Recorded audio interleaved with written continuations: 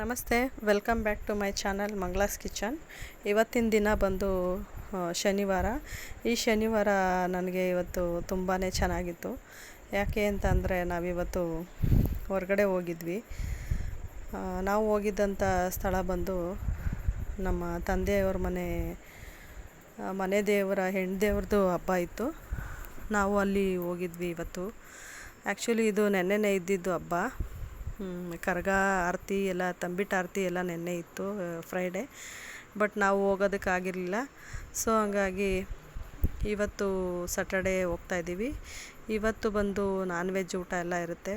ಇವತ್ತು ಕೂಡ ತುಂಬಾ ಚೆನ್ನಾಗಿ ಹಬ್ಬನ ಆಚರಿಸ್ತಾರೆ. ಹೇಗೆ ಆಚರಿಸ್ತಾ ಇದ್ದಾರೆ ಅಂತ ಬನ್ನಿ ನೋಡೋಣ. ಹಬ್ಬನ ಹೇಗೆಲ್ಲ ಆಚರಿಸಿದ್ವಿ ಅಂತ ನೋಡೋಣ. ಇದು ಮೊದಲಿಗೆ ಹೋಗ್ಬೇಕಾದ್ರೆ ಪೆಟ್ರೋಲ್ ಹಾಕ್ಸುವಂಥ ಸ್ಥಳದಲ್ಲಿ ಒಂದು ತುಂಬ ಚೆನ್ನಾಗಿ ಗಾರ್ಡನಿಂಗ್ ಮಾಡಿದರು. ಆ ವಿಡಿಯೋನ ನಿಮ್ಮ ಜೊತೆ ಶೇರ್ ಮಾಡ್ತಾಯಿದ್ದೀನಿ. ಹಾಗೆ ಬಂದು ಇಲ್ಲಿ ನಾವು ಹೋಗುವಂಥ ಊರಲ್ಲಿ ಸಿಕ್ಕಾಪಟ್ಟೆ ಮಾವಿನಕಾಯಿ ಮರಗಳಿವೆ. ಎಷ್ಟು ಇಲ್ಲಿ ಏನೇನು ಏನು ಮರಗಳು ಕಾಣ್ತಾ ಇದೆಯೋ ಅದಷ್ಟು ಮಾವಿನಕಾಯಿ ಮರಗಳೇ ಆಗಿರುತ್ತೆ. ಅಷ್ಟು ಆ ಕಡೆ ಅಷ್ಟು ತುಂಬ ಫೇಮಸ್ ಮಾವಿನಕಾಯಿ ಮರಗಳಿಗೆ ಅಂತಲೇ ಹೇಳ್ಬೋದು.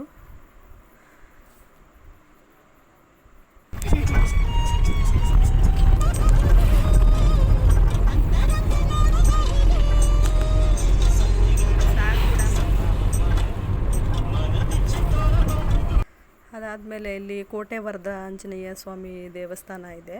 ಇದು ಬಂದು ತಾವರೆಕೆರೆಯಲ್ಲಿ ಇರುವಂಥದ್ದು. ತುಮಕೂರು ಜಿಲ್ಲೆಗೆ ಸೇರಿರುತ್ತೆ ಈ ದೇವಸ್ಥಾನ ಬಂದು. ಇಲ್ಲಿಗೂ ಸಹ ನಾವು ಹೋಗೋ ದಾರಿಯಲ್ಲಿ ಇರೋದ್ರಿಂದ ಈ ದೇವ್ರಿಗೂ ಸಹ ಹೋಗಿ ನಮಸ್ಕಾರ ಮಾಡ್ಕೊಂಡು ಹೋಗೋಣ ಅಂತ ಹೋದ್ವಿ. ಇವತ್ತು ಶನಿವಾರ ಆಗಿರೋದ್ರಿಂದ ಅಲ್ಲಿ ಇನ್ನೂ ಅಲಂಕಾರ, ಅಭಿಷೇಕ ಎಲ್ಲ ಮಾಡ್ತಾಯಿದ್ರು.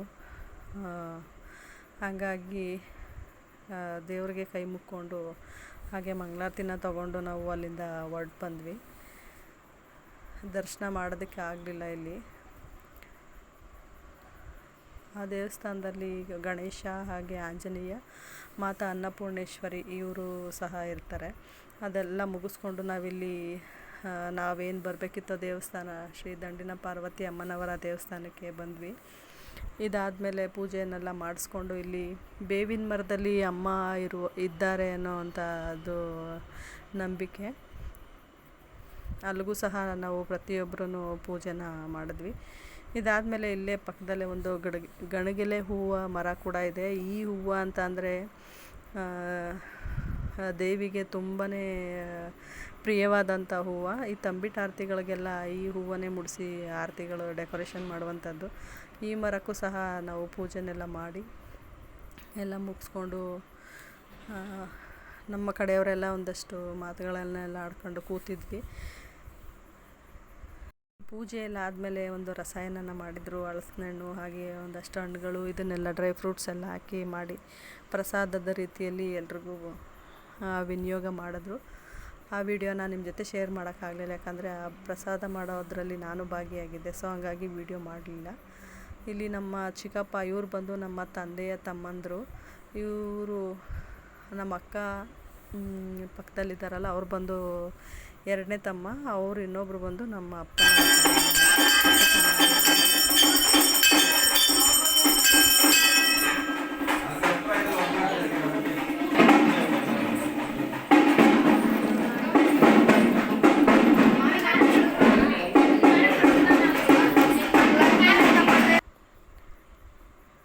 ಈ ದೇವರ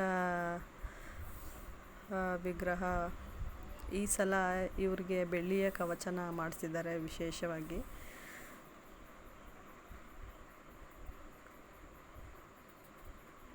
ಈ ಹಬ್ಬನ ಬಂದು ಪ್ರತಿ ವರ್ಷ ಗುಡ್ ಫ್ರೈಡೇ ದಿನವೇ ಆಚರಿಸ್ಕೊತಾ ಬಂದಿದ್ದಾರೆ ಹಿಂದಿನ ಕಾಲದಿಂದಲೂ. ಇದಾದಮೇಲೆ ನಾವು ಸಹ ಈ ದೇವಿಗೆ ಈಡ್ಗಾಯಿ ಅಂದರೆ ಭಾಳ ಅತ್ಯಂತ ಪ್ರಿಯವಾದದ್ದು ಅಂತಲೇ ಹೇಳ್ಬೋದು. ಈ ನೈಟ್ ಟೈಮು ಏನು ಕರಗ ತರ್ತಾರೆ, ಆವಾಗ ಎಷ್ಟು ಚೀಲ ಕಾಯಿ ಹೊಡಿತಾರೆ ಅನ್ನೋದೇ ಗೊತ್ತಾಗೋದಿಲ್ಲ. ಅಷ್ಟು ತೆಂಗಿನಕಾಯಿ ಈಡ್ಗಾಯಿ ಅಂತಂದರೆ ಭಾಳನೇ ಇಷ್ಟ. ಹಾಗಾಗಿ ನಾವು ಸಹ ಪೂಜೆನೆಲ್ಲ ಮುಗಿಸ್ಕೊಂಡು ಈಡ್ಗಾಯಿನೆಲ್ಲ ಹೊಡೆದು ಒಂದು ಪೂಜೆನ ಸಲ್ಲಿಸಿದ್ವಿ ನಮ್ಮ ಕಡೆಯಿಂದ. ಹಾಗೆ ಇಲ್ಲಿ ನಮ್ಮ ಅತ್ತಿಗೆ ಅಂದರು ಬೆಲ್ಲದ ಆರತಿನ ಮಾಡಿ ಅಮ್ಮನಿಗೆ ಆರತಿ ಸಹ ಮಾಡ್ತಾಯಿದ್ದಾರೆ. ಎಲ್ಲಿ ತ್ರಿಶೂಲ ಇಲ್ಲೆಲ್ಲ. ಹಾಗೆ ಇದಾದಮೇಲೆ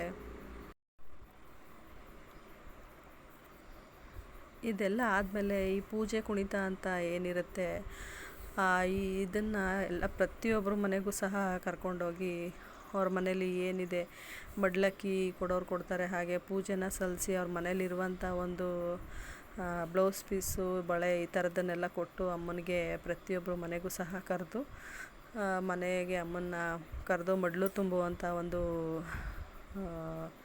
ಕಾರ್ಯಕ್ರಮನ ಮಾಡಿದ್ದಾರೆ. ಇದ್ರ ಜೊತೆ ಕಳಶನೂ ಸಹ ಹೋಗಿ ಪ್ರತಿಯೊಬ್ಬರು ಊರಲ್ಲಿ ಎಷ್ಟು ಮನೆಗಳಿದೆ ಅಲ್ಲೆಲ್ಲ ಹೋಗಿ ಬರ್ತಾರೆ. ನಾವಿದ್ರ ನಡುವೆ ಇಲ್ಲಿ ಮಾವಿನಕಾಯಿ ಹೇರಳವಾಗಿ ಸಿಗೋದ್ರಿಂದ ನಾವಿಲ್ಲಿ ಒಂದು ಮಾವಿನಕಾಯಿ ತೋಟಕ್ಕೆ ಹೋಗಿದ್ವಿ. ಅದು ಪರಿಚಯ ಇರೋ ಅಂಥ ಮಾವಿನಕಾಯಿ ತೋಟ. ಇಲ್ಲಿ ಹೋಗಿ ಒಂದಷ್ಟು ಮಾವಿನಕಾಯಿಗಳು ಸಹ ಕಿತ್ಕೊಬಂದ್ವಿ. ನಾವಿಲ್ಲಿ ಹುಳಿ ಮಾವಿನಕಾಯಿ ಎಲ್ಲ ಏನು ಕಿತ್ಕೊಂಡು ಬರೋದಕ್ಕೆ ಹೋಗಲಿಲ್ಲ. ಇಲ್ಲೇ ನಮ್ಮ ಕೋಟ್ರಸಲ್ಲೇ ಹುಳಿ ಮಾವಿನಕಾಯಿ ನಮಗೆ ಸಿಗೋದ್ರಿಂದ ಅದರ ಅವಶ್ಯಕತೆ ನಮಗಿರಲಿಲ್ಲ. ನಮಗೆ ಬೇಕಾಗಿದ್ದು ಗಿಣಿ ಮಾವಿನಕಾಯಿ ಅಂತಾರೆ, ಕೆಲವರೆಲ್ಲ ಸೌತಪುರಿ ಮಾವಿನಕಾಯಿ ಅಂತಲೂ ಸಹ ಕರೀತಾರೆ. ಆ ಮಾವಿನಕಾಯಿನ ಕಿತ್ಕೊಂಡು ಬಂದ್ವಿ. ಇದೆಲ್ಲ ಆದಮೇಲೆ ನಮ್ಮ ಪರಿಚಯಸ್ಥರು ಮನೆಗೆ ಕರೆದಿದ್ರು. ಅವ್ರ ಮನೆಯಲ್ಲೂ ಸಹ ಈ ಅಮ್ಮನವರ ಕರೆಸಿ ಪೂಜೆಯನ್ನು ಏರ್ಪಾಡು ಮಾಡಿದ್ರು. ಅಲ್ಲಿಗೂ ಸಹ ನಾವು ಹೋಗಿದ್ವಿ. ಅಲ್ಲೆಲ್ಲ ಹೆಸರುಬೇಳೆ, ಪಾನಕ, ಮಜ್ಜಿಗೆ ಹೀಗೆ ಒಂದಷ್ಟು ಪ್ರಸಾದಗಳನ್ನು ಸಹ ಮಾಡಿದ್ರು. ಅದನ್ನು ನಾವು ಸಹ ಅವ್ರ ಜೊತೆ ಪಾಲ್ಗೊಂಡು ಪಾನಕ ಮಜ್ಜಿಗೆನೆಲ್ಲ ನಾನು ನಮ್ಮ ಮನೆಯವರು ಸೇರಿಕೊಂಡೆ ಕೊಟ್ವಿ. ಹೀಗೆ ತುಂಬ ಅದ್ದೂರಿಯಾಗಿ ಅಮ್ಮನವರ ಹಬ್ಬನ ತುಂಬ ಚೆನ್ನಾಗಿ ಆಚರಿಸ್ಕೊಂಡು ಬಂದ್ವಿ. ಇದೆಲ್ಲ ಆದಮೇಲೆ ಎಲ್ಲರೂ ಮನೆಗೆ ಹೋಗಿ ಬಂದಮೇಲೆ ಅಮ್ಮನ್ನ ಮತ್ತೆ ದೇವಸ್ಥಾನದೊಳಗೆ ಕೆಂಪಾರತಿನೆಲ್ಲ ಮಾಡಿ ಬರಮಾಡ್ಕೋತಾರೆ. ಇದೆಲ್ಲ ಆದಮೇಲೆ ಹೂಗಳನ್ನ ಎರಚಿ ಅಮ್ಮನ್ನ ನಾವು ಎಲ್ಲರೂ ಮಕ್ಕಳು ಎಲ್ಲರೂ ಸೇರಿ ಒಳಗಡೆ ದೇವಸ್ಥಾನದ ಒಳಗಡೆ ಬರಮಾಡ್ಕೊಂಡಿದ್ದಾಯಿತು. ಇವಾಗ ಈ ಪೂಜೆ ಕುಣಿತನ ತಗೊಂಡೋಗಿ ದೇವಸ್ಥಾನದ ಒಳಗಡೆ ಇಟ್ಟರೆ ಹಬ್ಬ ಮುಗೀತು ಅಂತಲೇ ಅರ್ಥ. ಇದಾದಮೇಲೆ ಒಂದು ಒಳ್ಳೆ ನಾನ್ ವೆಜ್ ಊಟನ ಏರ್ಪಡಿಸಿರ್ತಾರೆ. ಈ ನಾನ್ ವೆಜ್ ಊಟಕ್ಕೆ ಈ ಸಲ ನಮ್ಮ ಎರಡನೇ ಚಿಕ್ಕಪ್ಪ ಅಂದರೆ ನಮ್ಮ ತಂದೆಯವ್ರ ತಮ್ಮ ಸಹ ಅವರು ಒಂದು 2 ಮರಿಗಳನ್ನ ಹರಕೆ ರೂಪದಲ್ಲಿ ಕೊಟ್ಟಿರ್ತಾರೆ ಈ ವರ್ಷ. ಹಾಗಾಗಿ